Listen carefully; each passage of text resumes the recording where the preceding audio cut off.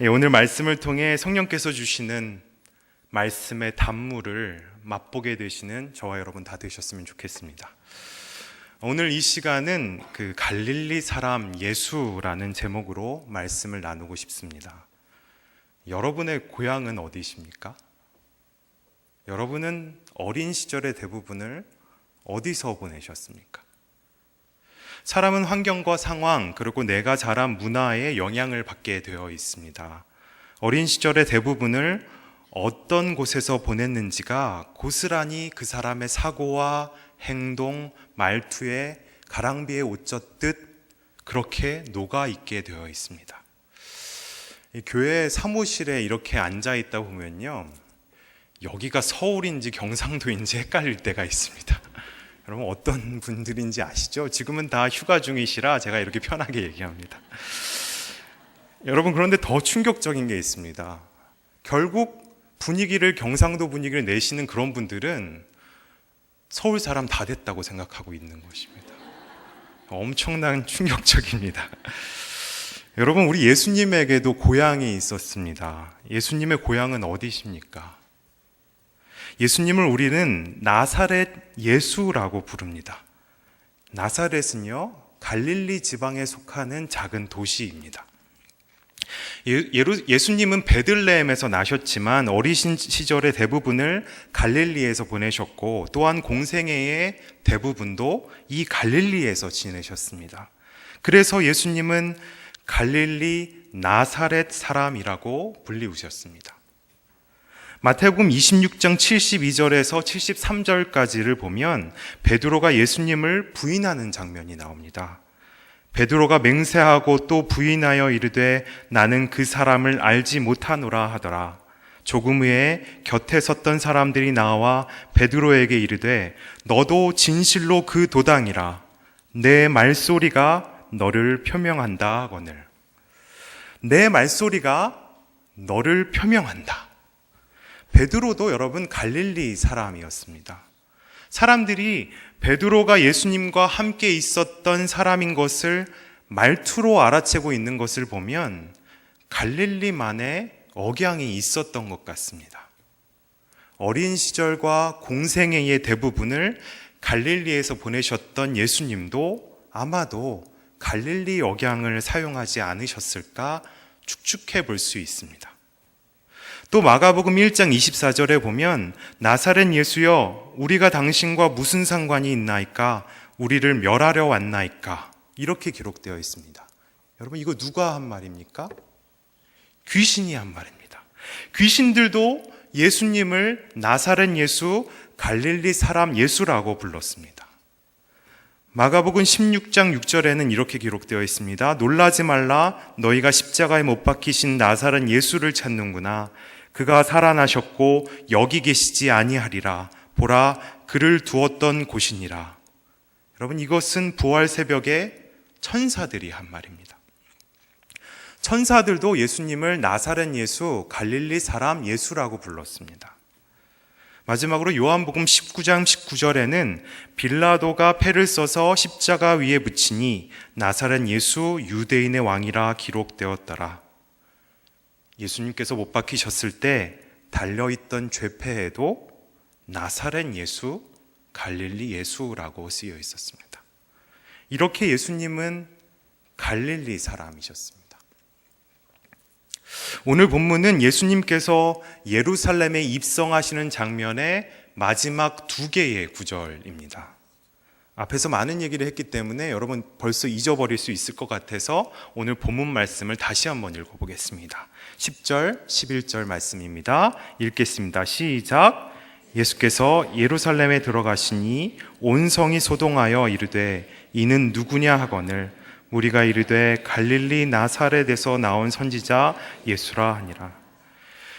예수님께서 예루살렘에 들어가실 때에 우리가 잘 알고 있는 것처럼 사람들이 종려나무 가지를 들고 흔들며 호산나 호산나 하고 외쳤습니다. 어느 정도로 외쳤는가 하면 오늘 본문 말씀 10절에 말씀하고 있는 것처럼 온 성이 소동했다라고 되어 있습니다. 여러분, 온 성이 소동하려면 어느 정도의 사람들이 모여야 할까요? 우리가 다 온성을 소동시킬 수 있을까요? 역사학자들에 의하면 약 30만 정도의 사람들이 모여야 한다고 합니다. 30만 정도의 사람들이 호산나 호산나 하고 외친 것입니다. 상상이 되십니까? 얼마나 놀랍고 장엄한 광경이었겠습니까? 호산나는 우리를 구원하소서라는 뜻입니다. 당시 이스라엘은 로마의 압제와 핍박을 받고 있었으니 이스라엘 백성들에게 구원에 대한 열망이 얼마나 간절했겠습니까? 온성이 소동할 정도로 외치고 부르짖었습니다. 그중 어떤 사람들은 나뭇가지를 베어다가 예수님이 밟고 가시도록 그 발 앞에 폈고, 심지어 어떤 사람들은 자기의 옷을 벗어서 예수님이 그 위를 걸어가시도록 펼쳐 놓았습니다. 그런데 여러분, 오늘 본문 말씀 10절과 11절을 넘어서 성경을 계속 읽어나가다 보면 좀 이상한 점을 발견하게 됩니다. 예루살렘 성에서의 이 소동에 대한 이야기가 제대로 마무리되지도 않은 채 다음 이야기인 예수님의 성전 정화 사건으로 급하게 이야기가 전환되고 있는 것을 보게 됩니다. 예루살렘 성에서의 호산나 호산나 하는 외치는 이 사건은 그렇게 다른 이야기로 급전환하기에는 너무나 아깝고 보기 드문 그런 놀랍고 장엄한 광경이었습니다. 그런 이야기였습니다. 마태복음만 그런가 하고 봤더니 마가복음도 그렇습니다. 마가복음만 그렇겠지 하고 봤더니 마가복음도 그렇고 누가복음도 그랬습니다. 도대체 왜 딱 잘라 먹은 것일까요? 왜 그런 것일까요? 마태복음 21장 15절에 조금의 흔적을 찾아볼 수 있습니다. 15절 말씀입니다. 대제사장들과 서기관들이 예수께서 하시는 이상한 일과 또 성전에서 소리질러 호산나 다윗의 자손이여 하는 어린이들을 보고 노하여. 대제사장들과 서기관들이 어린이들을 꾸짖었습니다. 꾸짖는 이유가 무엇인고 하고 보니까 아이들이 호산나 다윗의 자손이여 라고 소리를 질러서랍니다. 여러분 발견하셨습니까? 바로 이 지점에서 이상한 점을 발견할 수 있으셔야 됩니다. 조금 전까지만 해도 수만 명의 사람들이 호산나 호산나 하고 다윗의 자손이여 우리를 구원하소서 하고 외쳤습니다. 온 성이 소동할 정도로 크게 소리 질렀습니다. 그런데 그 외치던 사람들, 그 어른들은 다 어디로 가고 왜 어린 아이들만 남게 된 것일까요? 예루살렘 성전에서 예수님을 따라다녔던 사람들은 겨우 어린 아이들 뿐이었습니다. 어떻게 된 것일까요? 오늘 본문 말씀 10절과 11절의 말씀을 우리 한 번 더 읽도록 하겠습니다. 읽겠습니다. 시작. 예수께서 예루살렘에 들어가시니 온 성이 소동하여 이르되 이는 누구냐 하거늘 무리가 이르되 갈릴리 나사렛에서 나온 선지자 예수라 하니라. 온 성이 소동할 정도로 군중들이 호산나 호산나 하고 외치니까 사람들이 물어본 겁니다. 저 사람이 도대체 누구요? 누군데 이리 외치는 거요? 그랬더니 사람들의 입에서 입으로 전해오는 소리가 저 사람이요 갈릴리 나사렛에서 나온 선지자 예수라네요. 이렇게 얘기한 겁니다. 그랬더니 갑자기 이야기가 뚝 끊기듯 분위기가 냉랭해졌습니다. 이 냉랭한 분위기가 어떠한 분위기인지를 정확히 이해하시려면 여러분 갈릴리가 어떠한 곳인지를 아셔야 됩니다. 솔로몬 왕 이후에 이스라엘은 두 나라로 분열하게 됩니다. 북이스라엘과 남유다로 분열하게 됩니다. 그러다가 기원전 약 721년경에 아수르라는 강대국 나라가 북이스라엘을 침공합니다. 여러분 아수르 들어보셨죠? 수도가 어디입니까? 니느웨. 요나 선지자 기억하시죠? 이 아수르는 특히 북이스라엘의 수도였던 사마리아를 무참히 파괴하고 붕괴시켰습니다. 아수르가 생각하기에 이랬던 것 같습니다. 이렇게 무섭게 하고 공포감을 주면 그 사마리아 사람들이 자기 말을 잘 들어서 식민 통치를 하기에 쉬울 것이다. 이렇게 생각했던 것 같습니다. 그런데 생각처럼 잘 되지 않았습니다. 사마리아 사람들의 유대감이 너무나 돈독했기 때문입니다. 그 이유가 무엇인고 찾아보니 우리가 단일 민족인 것처럼 사마리아 사람들이 순혈주의 때문에 똘똘 뭉쳤습니다. 이것을 아수르가 알아채고는 주변의 수많은 이방 민족들을 사마리아로 강제로 이주시켜서 피를 섞어버립니다. 그래서 남유다 예루살렘에 있던 사람들은 이방 민족의 피가 섞인 이 사마리아 사람들을 더럽다고 생각했습니다. 여러분, 이 천대받은 사마리아 땅 더 위쪽에 바로 갈릴리 땅이 있었습니다.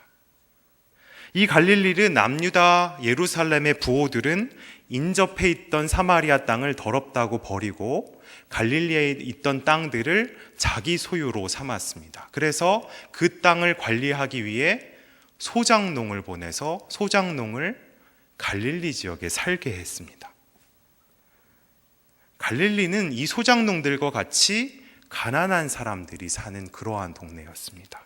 그러니 갈릴리 나사렛이라는 동네는 예루살렘 사람들에게는 소장농이나 사는 어디 들어보지도 못한 그런 동네였을 것입니다. 갈릴리 역시 사마리아처럼 그렇게 천대받는 곳이었습니다. 이러한 여러분 갈릴리에 대한 선의를 가지고 오늘 본문을 다시 살펴보겠습니다. 사람들이 호산나 호산나 이렇게 외쳤습니다. 사람들이 이렇게 외치니까 덩달아 함께 소리는 내어 외치기는 했는데 알고 보니 선지자라는 그 사람이 갈릴리 출신이었던 것입니다.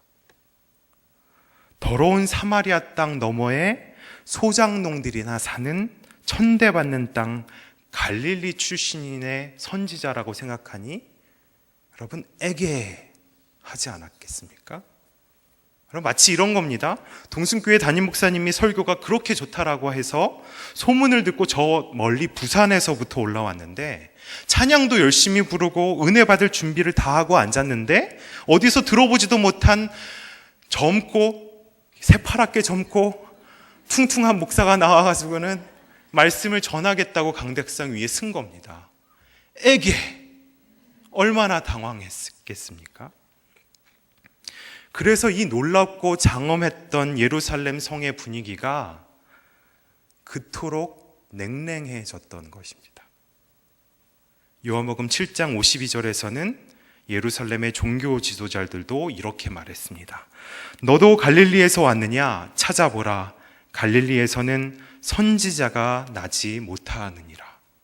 요한복음 1장 46절에서 예수님을 만났던 나다나엘도 처음에는 이렇게 얘기했습니다. 나다나엘이 이르되 나사렛에서 무슨 선한 것이 날 수 있느냐. 여러분, 나다나엘의 고향은 가나였습니다. 가나도 갈릴리에 속하는 지역입니다. 갈릴리 사람 스스로도 우리 지역에서는 선한 것이 결코 날 수 없다라고 생각하고 있었던 것입니다. 예수님은 이러한 곳 갈릴리 사람이었습니다. 출생지인 유대 땅 베들레헴에서 계속 사시고 예루살렘에서 활동하셨다면 이러한 대우는 받지 않으셨지 않겠습니까? 그런데 왜 하나님은 그 아들 예수 그리스도를 천대받는 땅 갈릴리로 옮기셔가지고는 선지자가 결코 날 수 없는 땅 출신이라는 꼬리표를 달게 하셨을까요? 하나님의 어떠한 의도가 있으셨을까요? 여러분, 이러한 이해할 수 없는 하나님의 의도적인 이러한 행동은 태초부터 드러나기 시작합니다. 태초에 하나님이 천지를 창조하셨습니다. 첫째 날은 뭘 만드셨죠, 여러분? 빛이 있으라 하니 빛이 있었습니다. 그렇게 천지를 만드셨습니다. 하나님께서는 그 빛을 보시고 보시기에 좋았더라 라고 말씀하셨습니다. 마지막 여섯째 날에는 땅의 생물과 짐승들을 만드셨고 우리 인간 사람들도 창조하셨습니다. 그러시고는 보시기에 좋았더라 하지 않으시고 어떻게 말씀하셨습니까? 보시기에 심히 좋았더라 라고 말씀하셨습니다. 보시기에 좋았더라, 보시기에 좋았더라 계속 그렇게 말씀하시다가 보시기에 심히 좋았더라 라고 말씀하셨습니다. 여러분, 무엇을 보고 보시기에 심히 좋다라고까지 말씀하셨을까요? 무엇 때문일까요? 창세기 1장 31절에는 이렇게 기록되어 있습니다. 하나님이 지으신 그 모든 것을 보시니 보시기에 심히 좋았더라. 지으신 그 모든 것을 보시니, 마지막에 사람을 만드셨기 때문에 보시기에 심히 좋다라고 말씀하신 것이 아니라 지으신 그 모든 것을 보시고 보시기에 심히 좋다 그렇게 말씀하신 것입니다. 그러면 하나님께서는 지으신 그 모든 것에 어떠한 모습을 보시고 심히 좋다라고까지 말씀하셨을까요? 여러분, 하나님은 어떠한 분이십니까? 완전하신 분이십니까? 불완전한 분이십니까? 완전하신 분이십니다. 그럼 당당히 고백하셔도 됩니다. 하나님은 완전하신 분이십니다.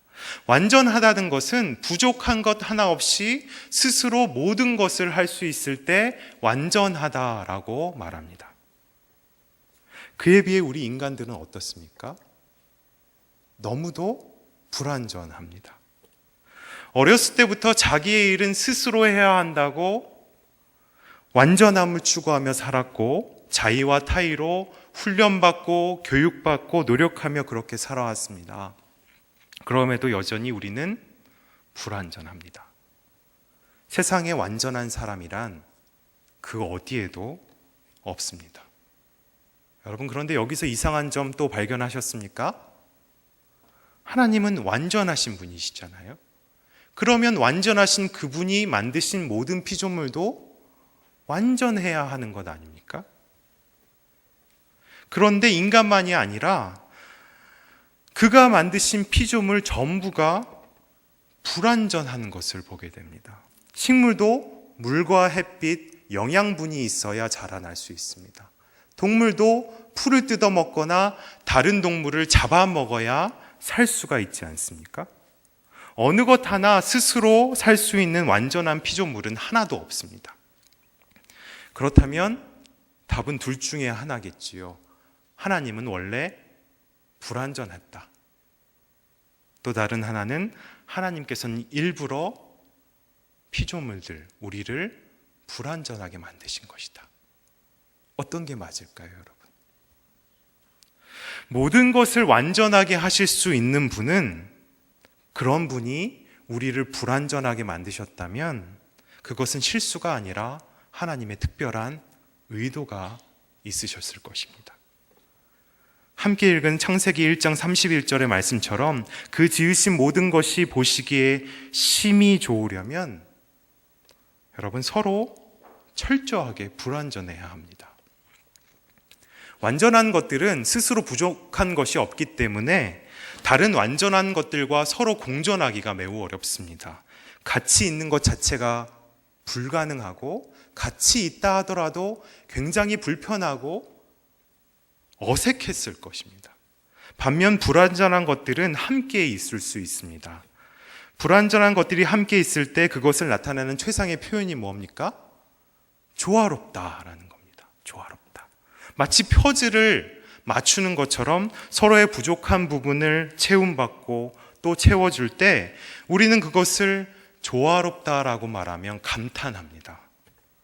하나님께서 그 지으신 모든 것을 보시고 심히 좋다라고 말씀하신 것은 각자는 비록 불완전하고 부족하지만 서로의 부족함을 채우고 가려주면서 서로 조화롭게 하나님의 나라를 이루어가고 있었기 때문입니다. 여러분, 이러한 하나님의 의도하심을 모른다면 우리는 스스로 나 자신이 불완전하다는 생각에 실망하면서 결국 아무것도 할 수 없다는 패배주의까지 빠져 해롱해롱할 것입니다. 나는 불완전한 존재인데 내 모습을 나 스스로가 너무나 잘 알고 있는데 그런 내가 하나님 나라를 이루는 것에 동참하고 있다면 여러분 이것을 은혜다라고 말할 수 있지 않겠습니까? 지난주 벌써 일주일이 됐습니다. 지난주에 교회학교 아이들과 몽골로 비전 트립에 다녀왔습니다. 힘들었습니다. 여러분 쉽지 않은 여정이었습니다. 한국에 오자마자 이 자리에 섰다면 여러분 더 불쌍하게 보였을 텐데요. 벌써 한 주가 지나니까 살이 다시 올랐고 검해졌던 것도 조금은 더 하얘졌습니다. 매일 숙소를 옮겨 다녀야 했습니다. 또 비포장 도로를 매일매일 달렸어야 됐습니다.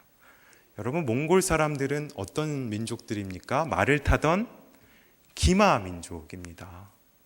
기마 민족의 피가 아직도 살아있는지 운전도요 마치 경주하듯 말을 타듯 합니다.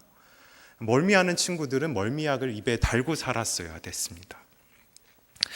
몽골 비전 트립의 이번에 전체 일정은요 우문고비라는 고비 사막에서 시작해서 몽골의 휴양지인 테를지에서 마무리하는 그러한 일정이었습니다. 새벽 5시에 교회에서 출발했거든요.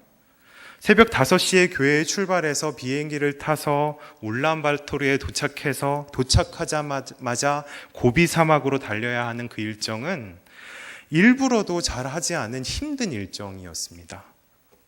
그런데도 우리 아이들에게 출애굽한 이스라엘 백성들이 40년의 힘겨운 광야 생활을 지나서 가나안 땅에 도착하는 그 여정, 그 기쁨을 한번 맛보게 해주고 싶었습니다.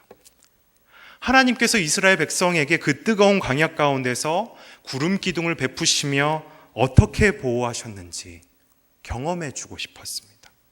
또 밤하늘에 뚜렷한 별들을 쏟아지는 별들을 보면서 하나님께서 무엇을 말씀하고 싶으셨는지 한번 들려주고 싶었습니다. 몽골어로 우문은 남쪽을 가리키고요, 고비는 사막을 가리킵니다. 그래서 우문 고비 하면 남쪽 사막을 가리키는 겁니다. 울란바토르 징기스칸 공항에서 우문 고비 그 남쪽 사막까지는 차로 9시간을 내리 달려야 됩니다. 그것도 100km 이상을 밟아서 달려야 됩니다. 여러분 그것도 또 비포장 도로를 달려야 됩니다. 마치 경주하는 것처럼. 우문고비에 도착하면요 높이가 200m 되는 사막산이 있습니다. 200m 하면 아무것도 아닌 것 같죠. 100m 달리기 2번만 하면 되는 것 같아 보이지만 여긴 사막산입니다. 발이 푹푹 빠집니다. 아이들도 푹푹 빠졌으니 저는 얼마나 빠졌겠습니까? 중간에 여러 번 포기하고 내려가고 싶었습니다. 또 몽골 지대는 굉장히 높습니다. 보통이 해발 1500m에서 시작합니다.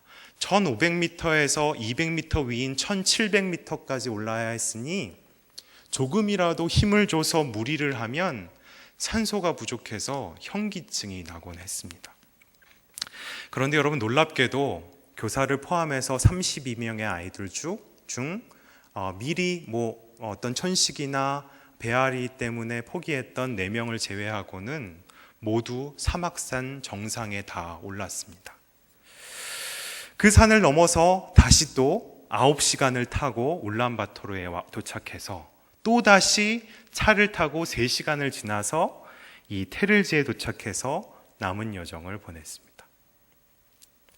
매일 저녁마다 아이들과 모여서 오늘 하루를 돌아보는 시간을 가졌는데요. 마지막 날에는 지난 9박 10일간의 여정을 정리해보는 그런 시간을 가졌습니다.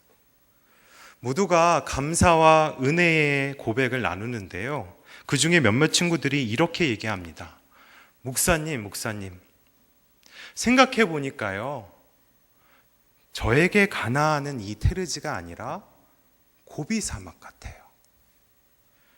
여러분, 우리 원래 계획은 한참을 뺑뺑거리며 아이들을 고생시키다가 마지막 지점인 이 테를지에서 가나안에 도달하는 그 기쁨을 맛보게 해주는 것이었습니다. 그것이 원래 계획이었습니다.